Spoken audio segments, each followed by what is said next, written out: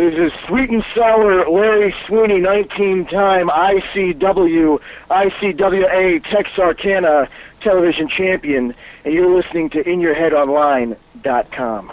All right, we are back. Welcome Larry Sweeney to the show, the Sweet and Sour one. Welcome to In Your Head. Well, thank you very much. It's a pleasure to be with you, gentlemen.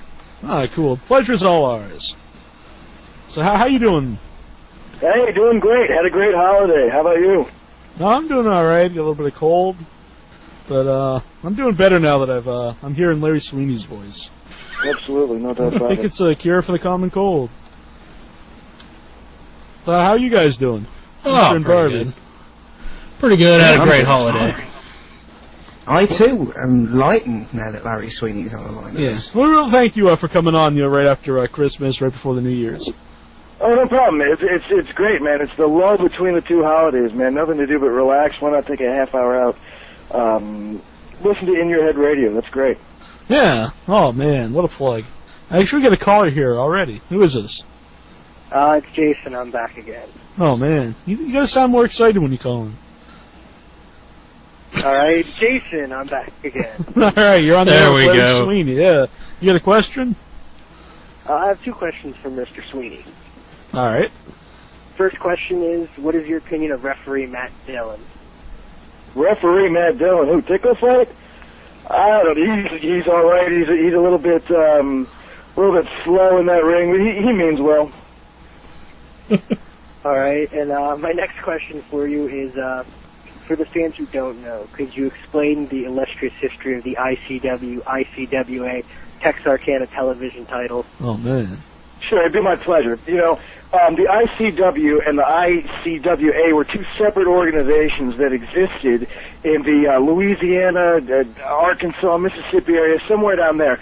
All this history was lost in the disaster that was Hurricane Katrina, and none of it exists today. But anyway, these two organizations merged and created the ICW-ICWA Texarkana television title in 1981. And it was held by such legends of the business, such as Bobby Eaton, Dennis Condrey, Buddy Landell had it, Buddy Rose had it, and then in 1983, Norvell Austin had it, and in 1983, the ICW-ICWA closed up shop, and the title spent the next 20-some years in some storage compartment in Shreveport, Louisiana. Now, when I visited the Playboy Buddy Rose and Colonel De Beers at the Wrestling Academy in June of 2005, they took one look at me in the ring, and they knew that I was all class. Buddy came up, he said, "Kid, you know what, you're old school, and we got a big deal coming on, and I can see you're a big deal. So I'm going to put you on the express train to Shreveport, Louisiana, because there's a title tournament being held there, and the ICW-ICWA Texarkana television belt is on the line, and I know you're going to do it for the Playboy." And that's exactly what I did. I've been a very successful, the most successful champion of the modern era. I'm the current holder of the belt, the current champion, and 19 times I've held that belt. Yeah, it's kind of like the modern-day IWCCW. You could say that, or you could say the USWA with Jerry Lawler. He held that belt, I believe, 35 times. I think so. You think you'll ever catch that record? I don't know. I mean, I'm what, more than halfway there. Mm-hmm. Do you ever just, purposely lose the match so you can get the belt back? No. Absolutely not. Right. I have been surprised. In certain situations, it was defended in a 24/7 context, and that has resulted in a lot of quick title changes because I don't have eyes in the back of my head, and that's what you need to hold on to the belt in a situation like that. Mm-hmm. Eyes in the back of your head would really mess up the flow of the hair, I think. Yeah, it would. Yeah, that's true. I guess I'd rather have head in the back of my hair. Right. And any plans of putting out a replica title? A replica title of the ICW? I don't know if there's a market for that, my friend. I've never gotten any requests for that. If I had, maybe I'd consider it. All right. It could just be a plastic deal. Well, you can. I mean, I think it'd be a pretty complicated process. Oh yeah. Where did you get the name Sweet and Sour? Sweet and Sour? Well, hell, I'm a sweet-looking guy with a sour attitude. I was always called Sweets growing up, so it was just a natural. Where would you rank the ICW-ICWA Texarkana Television Championship on the most prestigious titles in history? Most prestigious titles in history? Mm-hmm. That's an interesting question.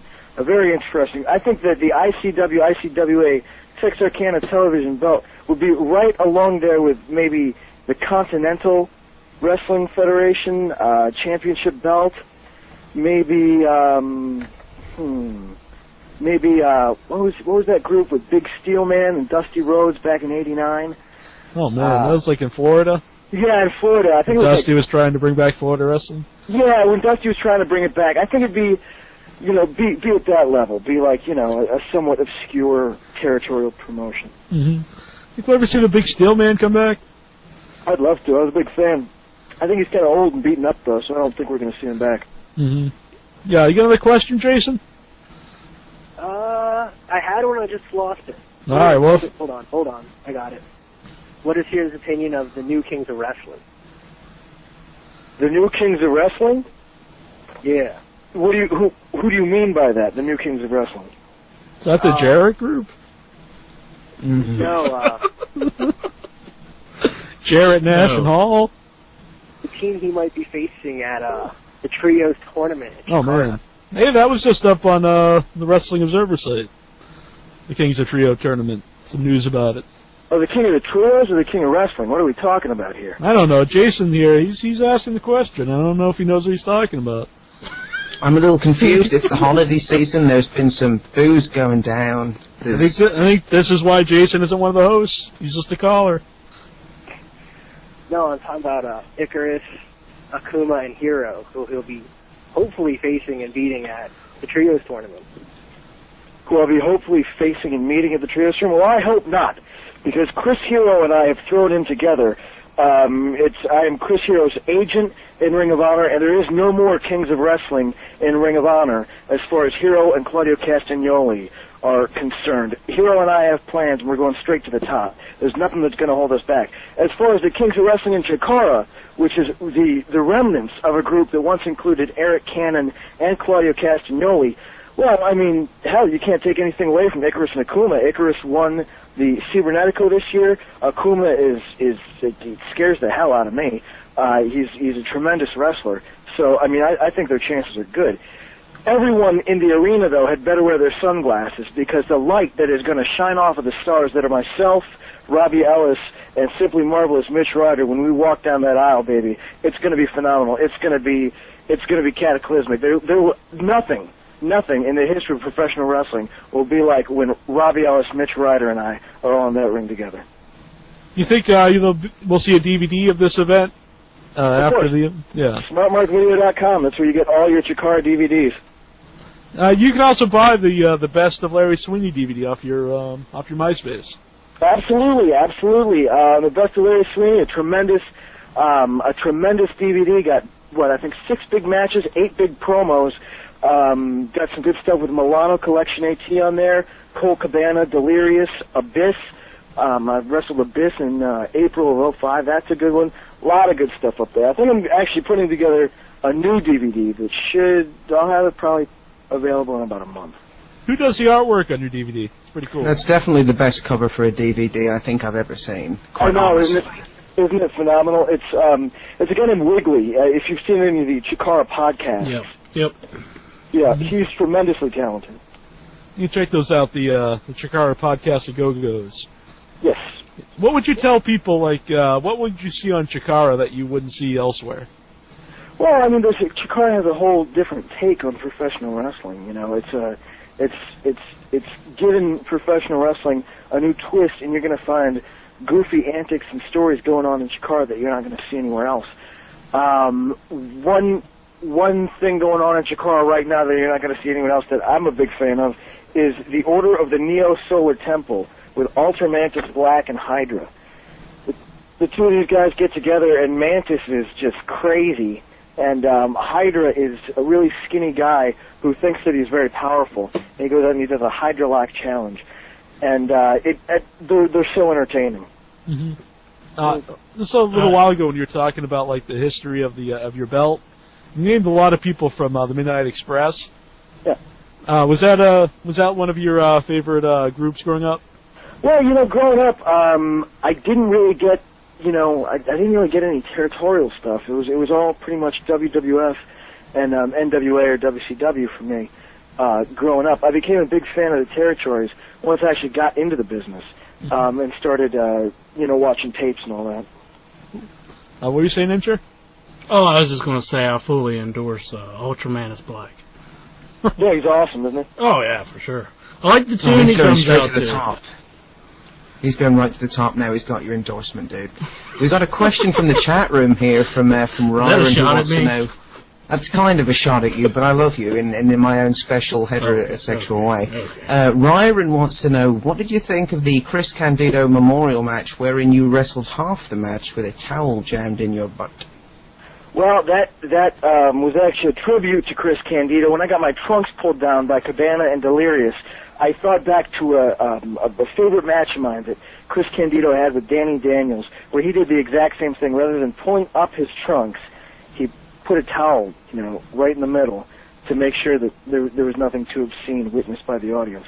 I love that match. It was tremendously fun. I think Cabana and Delirious are tremendously talented, and really enjoyed it. Are you a fan of that kind of You go on, man. Did somebody buy the ring announcer a drink after the show? Because he really had a bum deal towards the end. I think they should have, yeah. Eastman's a big boozer. I'm saying, are you a fan of that kind of wrestling? You guys that really had good in-ring wrestling and brought some humor to it, like a Chris Candido? Oh, of course. I mean, Candido was the man. Mm-hmm. Candido was great, yeah. You see, Cole Cabana's like that as well, I suppose. Yeah. I mean, I've always been a huge Cabana fan. What's the website where you can watch the Chikara podcast of Go-Go's? I don't really know about that. I think your best bet is going to YouTube and typing in Chikara podcast of Go-Go. All right. Yeah, I saw them off the DVD that they sell, so that's where I saw them at. I don't know. Right. You get another question from the message board, Incher? T.C. Anderson, he wants to know about the Nick Hogan deal. Who contacted you to work for WWE that night? Rob Feinstein. Oh, man. Because Rob and Tommy Dreamer are, still buddies. And Dreamer at that time was in charge of finding somebody for that spot. And they were looking for a worker, they weren't looking for an actor. And I got a call from Rob like the week before, but, I didn't think anything would come of it, because it was just way out of left field. And then I was driving in, I wrestled that weekend in Canada, driving in, and I don't have phone service up there, driving across the border, like, Watertown, New York, or whatever town that is, where 87 crosses, down to Canada. Got the cell phone service, and there was a message from Rob asking me to be at the Meadowlands at noon the next day. And so it was great. Drove back to Philly and got about 3 hours of sleep. Got up, went to the Meadowlands, and it was a blast. T.C. Anderson also wants to know, does yoga help you get the chicks? Does yoga help you get the chicks? He's asking. Well, yeah, I think so. I mean, it puts you, it balances you. It puts you more in touch with yourself and kind of, gives you that good sensuality. I mean, I think it worked for me. Have you tried out the YRG yet? Yoga for regular guys? No, I saw that book. I mean, I'm a little bit.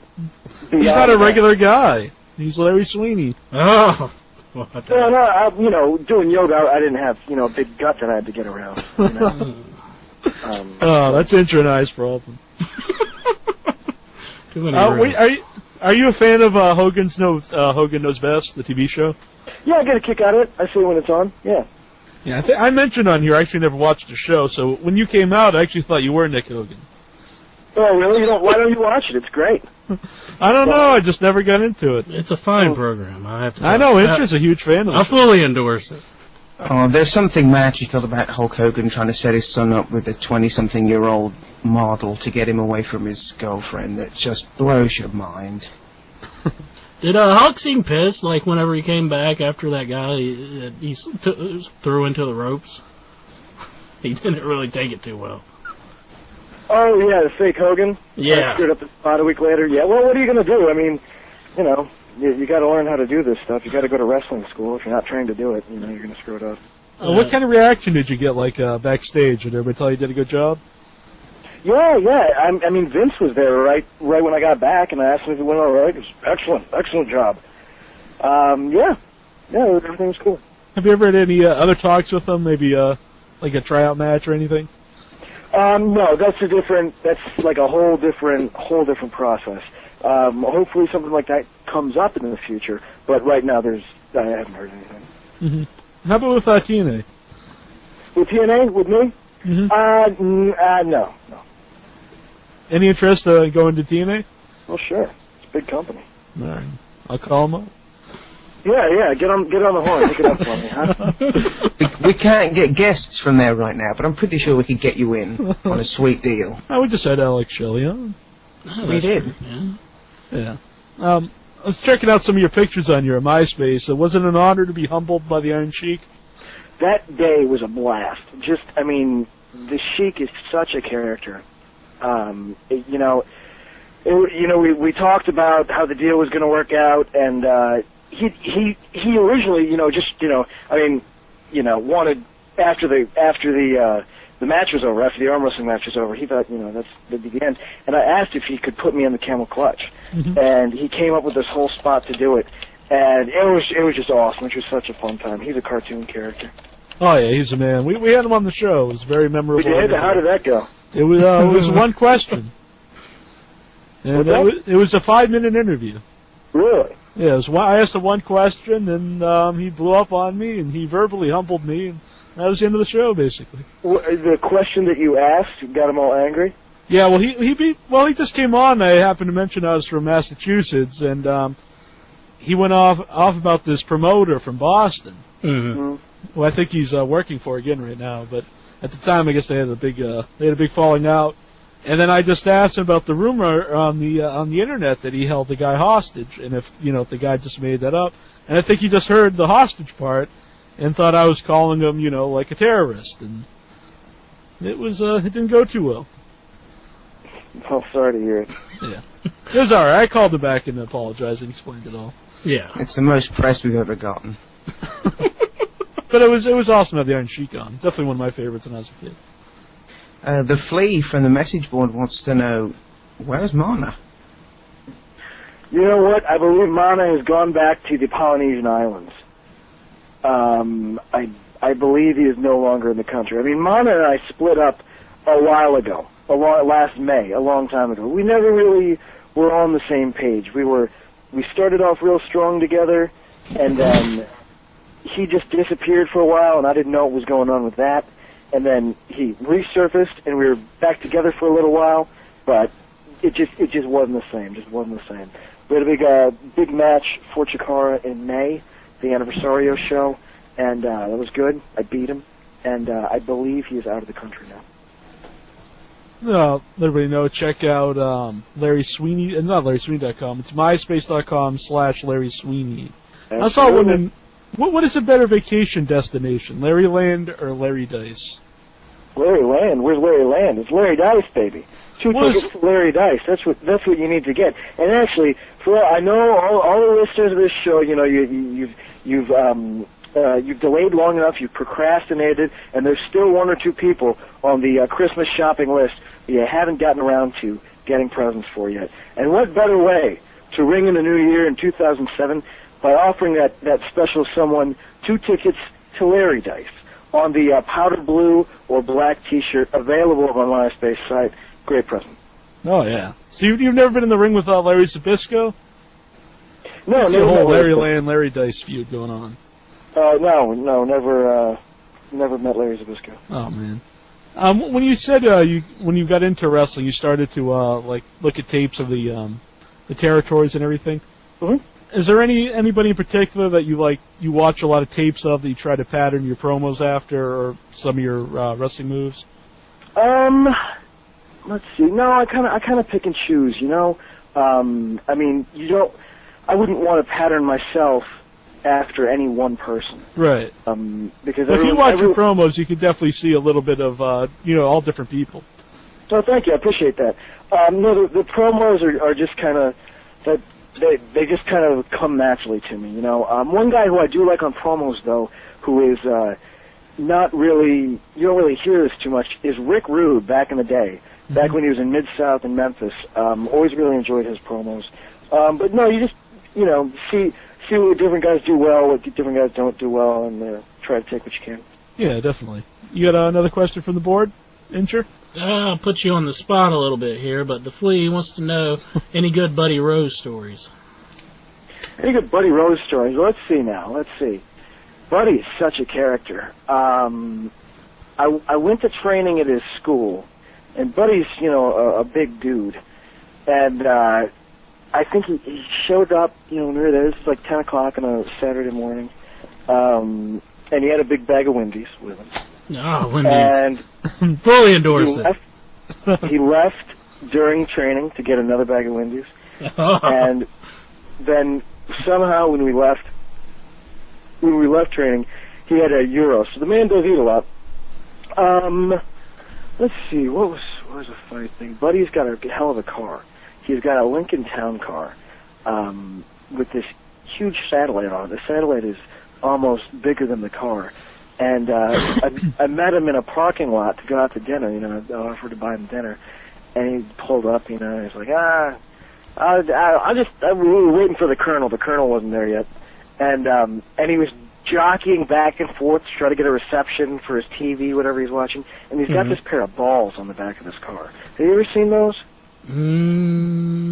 Guess I have. I haven't seen them either, and I think you would probably put it on, I mean, a pickup or something like that.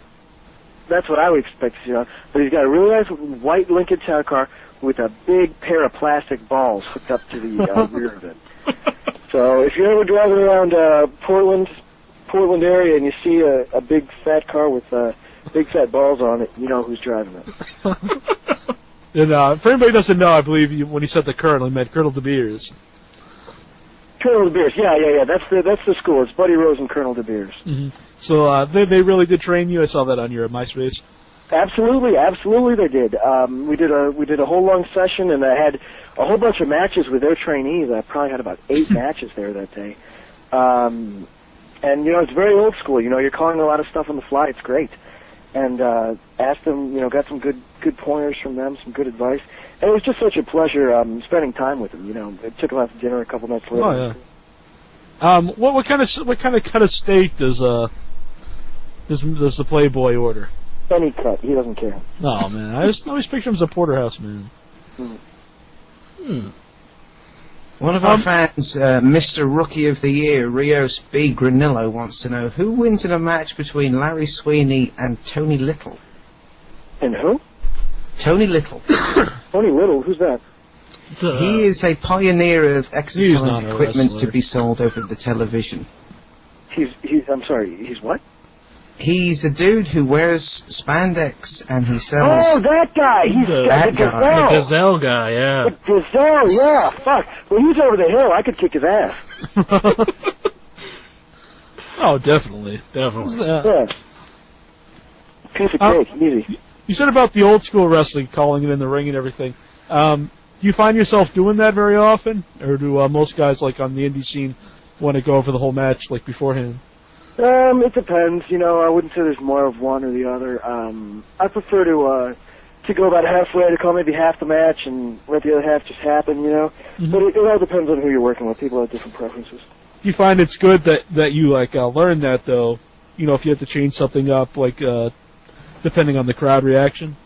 Oh, absolutely. I mean, and that's the best. I mean, that forces you to be on your toes and perform, and you know, I that's the best way to do it, yeah. Another question now, Barb? Yeah, one of our fans who's famed for asking questions that really don't make sense is Old School, who wants to know, what's your favourite move that you've never done? Oh, that's an odd question. It is. Like your favorite movie that you never saw. That I've never done? Huh. Maybe just your favorite move you've seen someone do and you wouldn't even try it. It was too impressive. I'm not sure how to take this question. Yeah, that's an odd one. It's a really, really odd one. You know what? You know what I have never done. I've never taken the time to try to learn this. Is to master a really effective power slam, like what Ted DiBiase had a tremendous power slam. Oh yeah. And I've never really learned how to do that. I'd like to learn that move, I guess. DiBiase also threw in my opinion, one of the best punches. Oh, I love DiBiase's punches. Absolutely. Mm-hmm. That's something. DiBiase and Randy Savage, best. Oh yeah, and Funk. Terry Funk. You put Terry Funk in there. Yeah. That's something I always look for in a wrestling match. Is a good punch. Yeah. I don't know why, but I do. You started working for Ring of Honor. Yeah. Is that something you've been trying to do for a long time? Well, I mean, I don't know how you would try to do it. The only way that you can get a spot in a company like that is go out on the road every weekend and or look for it. Yeah, it's something you look for. Absolutely. It's the top indie company, and it's an honor to be there. No pun intended. The shows over the weekend were tremendous, and I'm really looking forward to it. Who there would you like to work with that you haven't worked with before? Well, that's a couple of steps away. I'm not really aiming to get in the ring in Ring of Honor. Right now, my main interest is Chris Hero, and making sure that Chris Hero, who's the #1 prospect, the #1 athlete in that company, gets his due and gets what's coming to him. Hero's been a close personal friend of mine for a long time, and my main interest is seeing that Ring of Honor does right by Chris Hero right now. Mm-hmm. You're a really great promo guy. I think everybody... I put up a bunch of your stuff on our website. Everybody's checking it out on YouTube. If you were offered like a spot as like a manager, would you want to do that? Yeah, absolutely. You wouldn't mind not wrestling as much? No. I mean, hell, if it's a big slot, if it's a big slot, or a big company rather, like a Ring of Honor or a TNA, WWF. I mean, absolutely. Get your door in the foot however you can. Mm-hmm. What part of wrestling do you enjoy the most? I'll tell you, the part of wrestling I enjoy the most is when I can wrestle in front of a crowd of hillbillies, of backwoods people. Like Incher. Who don't read the internet, who don't go on the message boards, who maybe don't even, go on don't go on MySpace, none of that stuff. And there are still places, there are still little pockets where where it's still real, where kayfabe is almost still alive, and where I can go out there and work the crowd and get a legitimate response. And I mean, there's a company called PWE, Pro Wrestling Entertainment, that I work for, out of Harrisburg, Pennsylvania, and I had a match with Mike Quackenbush there, their last show of the year in November, and we went 25 minutes. And we didn't even lock up for the first 10 because the crowd was that hot, and we were just working the crowd. And that is my favorite part, is when there's a tremendously hot crowd who's not smartened up to the business. And then it feels like an old Mid-Atlantic TV taping. That's great. Mm-hmm. Do you prefer the kind of place where when you drive over the border, your car turns to wood and your cell phone turns to a carrier pigeon? Yeah, almost. Do you prefer to work as as a babyface or a heel in front of a crowd like that? Oh, heel, definitely heel. Oh man, that is what I've always enjoyed doing more. It's always come more natural. I've only worked babyface, maybe half a dozen times, and it's fun. It's really fun. But like for instance, I worked for a company called Scott County Wrestling a year ago in a town called Donahue, Iowa. And this is like, this is one of those crowds, where it's, I could go out with my boas and, my pink boots and all my shit. And I mean, I know that, I could just have them all, fucking throwing stuff at the ring almost, but they wanted me to be babyface. And it's kind of, it's kind of like a fart, I don't know. Yeah, it's kind of just, What would you say the difference is between like watching wrestling on TV and watching it like you're a local indie?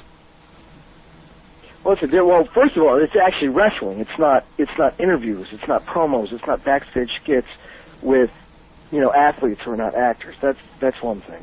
Mm-hmm. But also, I mean, for any wrestling fan, I mean, you guys all know that there's nothing like seeing wrestling live. Mm-hmm. TV just doesn't match up. Yeah. tell everybody out there to support their local wrestling. Absolutely. What do you see for like the future of Chikara? What's that? What do you see for the future of Chikara? For the future of Chikara? Mm-hmm. Well, I think it's. Do you mean the future of the company or my future in the company? The company itself.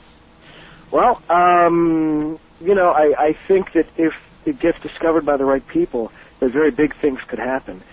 Because it's a step in the evolution of pro wrestling, and it's a product that's unique and unlike anything that has ever existed, really. And I think that, if the right TV producers or, the right bigwigs, whoever they would be, if a tape of Chikara could get into the right hands, big things could happen really quickly. Mm-hmm. It's definitely, I'd just say it was spreading like word of mouth. Yeah. Chikara seems kind of like the gateway drug to all these hybrid indie companies, if you'll allow me the poetic license. You go in there, it's got all the entertainment, but at the same time it's got great wrestling, which of course leads into the promotions like Ring of Honor and IWA Mid-South, which just inflates the independent business, which can just only help the wrestling business in itself. Mm-hmm. Yeah, absolutely.